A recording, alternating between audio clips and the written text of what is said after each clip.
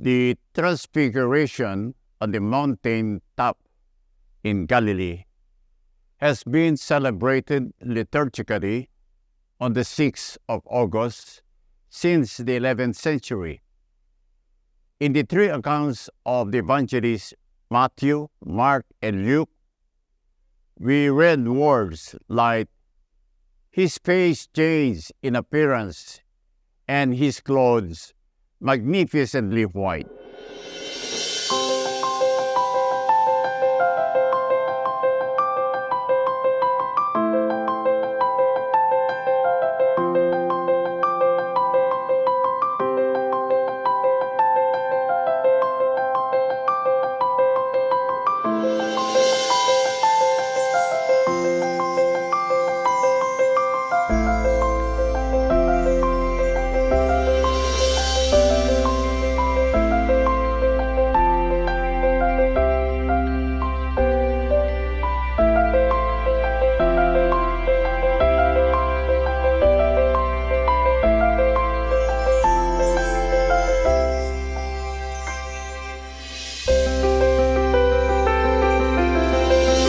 Peter, James, and John were amazed, stunned, and speechless.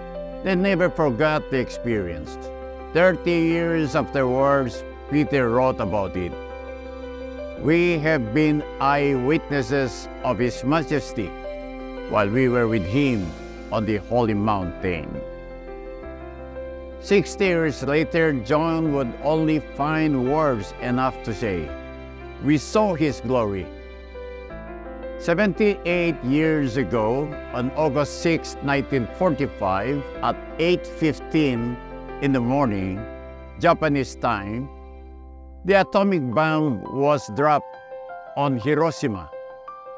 The white light from it blinded, burned, and melted people. This was followed by the mushroom cloud that darkened the sky. When it lifted up, it revealed death everywhere. Some years later, one of the physicists who helped develop the atomic bomb told an audience of clergymen, "People like you have to save the world from this madness."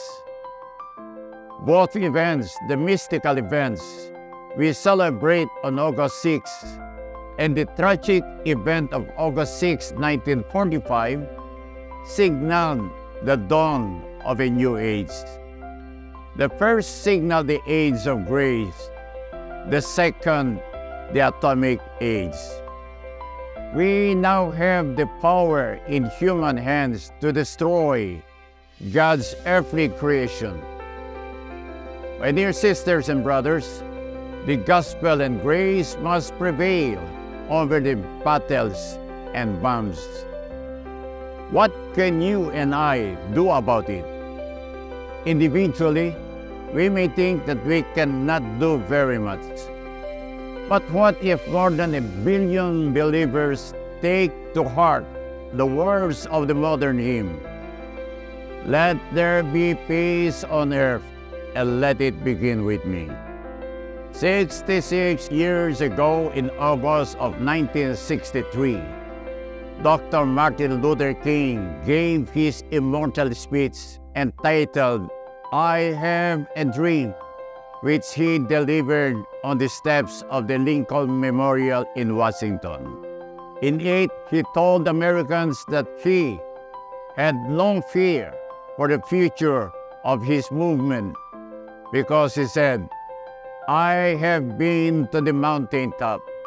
Some interpreters of Dr. King think he meant that the gospel of the Transfiguration had been inspired him to carry on in spite of strong opposition and the threats of death.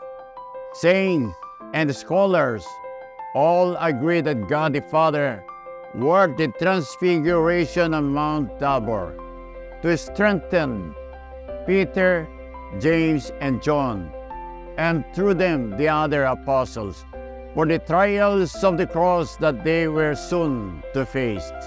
The Father also used the occasion to put His stamp of approval once again on the beloved Son, on whom His favor rests. When we examine the mountaintop experiences of Jesus, this one on Mount Tabor was the only one that was pure joy. On the Mount of Temptation, our Lord struggled with Satan. The Sermon on the Mount rallied the disciples, but his success only embittered his enemies. The holy Mount of Zion and its temple were loved by Jesus, but he wept over it. At the foot of the Mount of Olives was the Garden of Gethsemane, where the cup would not pass from him. And of course, Mount Calvary and its cross brought suffering, shame, and death. Only on Mount Tabor, for a few shining moments, was Jesus glorified. In our own lives, my dear friends, the proportion of good mountaintop experiences is probably much better than our Lord's. He had one good one out of 6. For most of us, life has its ups and downs, but the blessings God sends outnumber the crosses by far. We all welcome the towers, the joys in life, and shrink from the Gethsemanes and the Calvaries.